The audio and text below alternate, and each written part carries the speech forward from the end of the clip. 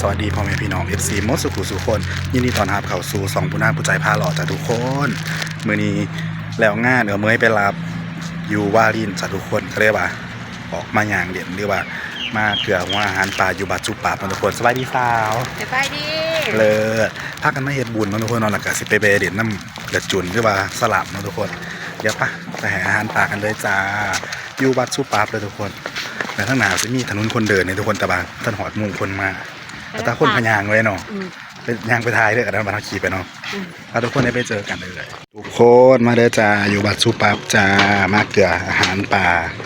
มาทำบุญกับพี่เหมยค่ะให้อาหารป่าอยู่บัดสุปับจ้าทุกคน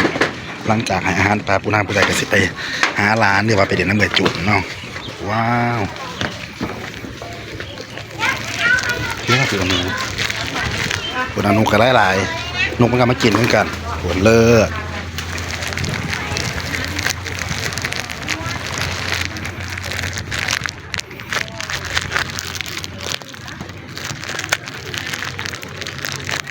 นี่อีวัน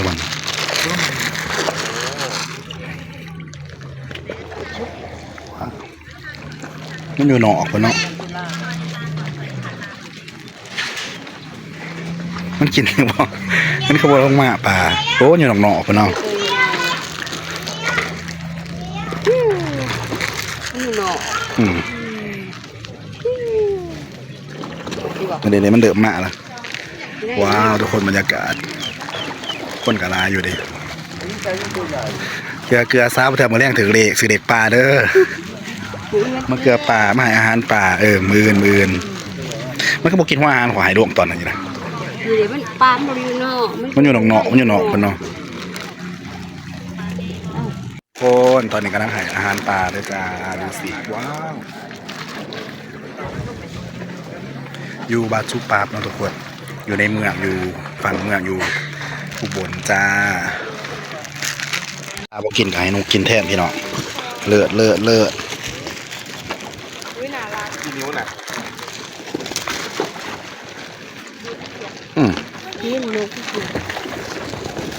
ว้าว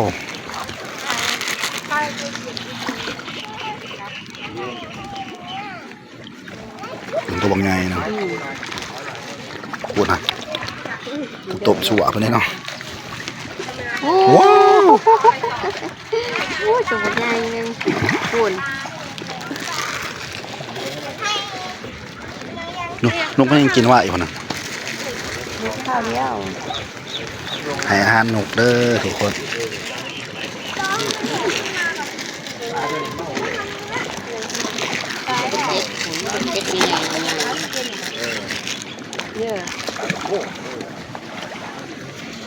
ตอนนี้ปุณาปุจายหลังจากไป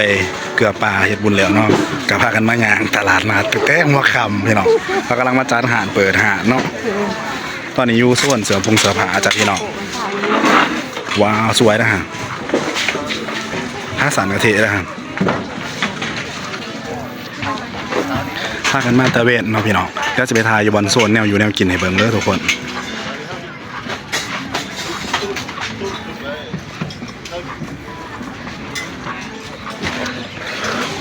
เป็นแบบคาสันงามเนาะ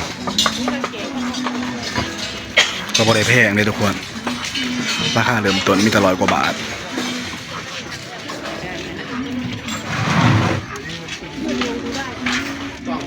ผู้นาผู้ใจกะย่างอยู่บนซอยโซนแนวกินเนาะเพิ่นกำลังมาต่างทุกคนน่าจะประมาณ6 โมงหรือทุ่ม 1คนละว้าขนมครับถ้าตอนเช้าอาทิตย์คนก็มาตลอดเลยเนาะเมื่อยเนาะซูซีค่ะเป็นพวกหนามเนาะข้าเจ้ากำลังมาต่างพี่น้องประมาณ6 โมงหรือว่าทุ่ม 1โอ้ขายไข่ปลาได้20 บาทเลยจ้าเลยรู้สึกอะไรอยู่มองซื้อกระสือที่สุดหนึ่งแม่ไปกินซุยหลับเขาที่หลังว้าวทุกคนไปแล้วบ่ใช่เลยท่านเจ้าของรถกระบะวีโก้ทุกคน ตอนนี้ก็ตั้งสิแบสื่อสัวครับปุ่น 4609สีสะเกตนะครับรถท่านจอดอยู่ในจุด โอ้ ที่ มียังไปถึงพนมเนาะ ที่ห้ามจอดนะครับต้องย้ายออกจากจุดดังกล่าวนะครับ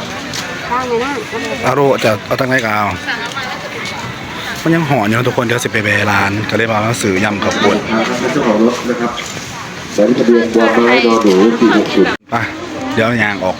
ไปหนอกเพราะมันห่อนได้คำๆจังสีมาหลอกกันมามีเวลาทุกคนว้าวพะนะสมัยมันอาการห่อนคนของท่านมีเนาะอ๋อนี่ถือโลกหลวงนี่ไผวางกับมาหล่ออะไรเด้อจ้าถนนคนเดินอยู่ฝั่งเมืองจ้าว้าวใส่เกาะไปสารเลิศเนาะเลิศว่ะป่ะทุกคนเนี่ยไปเจอกันอยู่ห้องเอือจุนเนาะสิไปเด่นน้ำเพลินได้กินน้ำนี่สิกินน้ำยังมา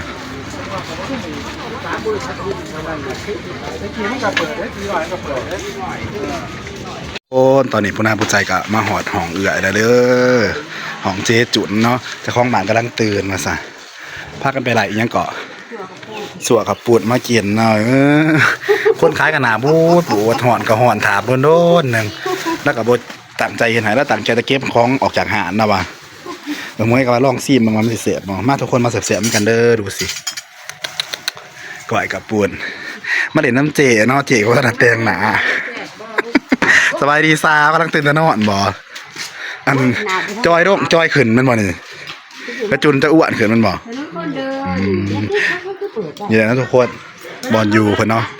ผู้น่าผู้ใจบ่ได้มากเกือบปีหนึ่งก็น่าขอได้มากเนาะมาตอนนั้นมาขี่รถจักรนะรบมันนี่เลิศแห้งค่ะไปเลยทุกคนมากินน้ำกันแสบๆเลยโอ้ตอนนี้ผู้น่าผู้ใจก็นั่งเล่นอยู่หน้าบ้านของหอผีจุนเนาะ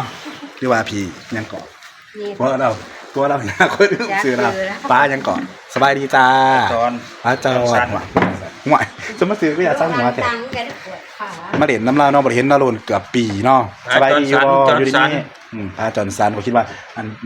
จอห์นสันอาบน้ำได้ที่มาน้ำจอห์นสันเลยอยากแชมพู อาบน้ เลยบ่ได้มาเด่นเราเกือบปีเนาะทุกคนตอนปีนั้นมาเด่นฝนตกปุนาปุใจกลับ ำ มาบ้าน เดี๋ยวบ่มีหยังดอกให้กินเหล้าขาวกัน เลิศ ให้เล็กน้อยไปซื้อเหล้าขาวอยู่ แล้วก็ยังรอคือเก่าเนาะอยู่ดีมีแห้งสบายดี สบายดี เจ๊บอกขาย มีแห้งถือ กิน ที่แม่ด่า โอ้ยคือว่าจังสันเนาะเมียเพิ่นก็ไปอาบน้ำแล้วข้อตัวไปอาบน้ำก็เลยว่าแล้วอ้วนคือเด้อจุนอ้วนมันเป็น80โลเพิ่นบอก อ้วนน้ำหนักหลายกว่าผัวเลย อันเมื่ออีบอสอันเสกมาจากซีนปีนี้บ้านเฮา แกเรียกที่เมีย เยอะแล้วแต่เมียกันเมื่อสิพามวนแม่นบ่สิติดรถเมื่อน้ำเนาะเมื่อเนาะ แม่ยังดอกยังก็ต้อง นั่ง เรียก เมา ที่เมีย นั่ง ด้ เมามอยกันทุกคนอยู่ห้องเพิ่นเนาะมาเรียนมันเพิ่นมายามบ่ได้มากเกือบปีหนึงเต็มๆแหละทุกคน ปีหงอะ มากก็บ่มีหยังหลายบ่มีหยังมาฝากเราแล้วแต่ย่ำกับฝุ่นกับบ่แซ่บย่ายอันนั้นคายหน้าบูดพี่น้องอยู่ถนนคนเดินเราบ่เอาใจใส่น้ำการเฮ็ดกินเนาะเฮ็ดเรื่อยๆแล้วก็แล้วไป บุค่า เราบ่ได้สนใจ นั่งเมามอยถ่ากินเบียร์สิงเย็นๆปลาละจัดให้เบาๆแล้วว่าซ้ำในมื้อนานๆเจอกันเนาะแล้วก็ยังรอคือเก่าเนาะ เพิ่นมันก็รอมื้อนี้ล่ะเมียพาไปตัด ซัพพอว่าแปลกๆแล้วตัดผมใหม่ เมียพาไปตัดผม เลย มื้อบ่วันที่บ่าย่างอยู่ข้างทาง ปลาทุกคนผู้น่าประใจขออนุญาตเนาะกะสินั่งเมามอยกันเดี๋ยวกะสิเขาเมื่อประมาณทุ่มหรือ2 ทุ่มอยู่แล้วนั่งเด็ดก่อนคลิปนี้กูมียังไลฟ์ฝากพ่อแม่พี่น้องเป็นกำลังใจผู้น่าเลยจ้าฝากกดไลค์กดแชร์กดติดตามผู้น่าด้วยนะคะที่สำคัญกับแมน2 YouTube ผู้น่าผู้ใจพาหล่อเนาะเดี๋ยวพอกันใหม่คลิปหน้าสบายดีบ๊ายบายเด้อค่ะ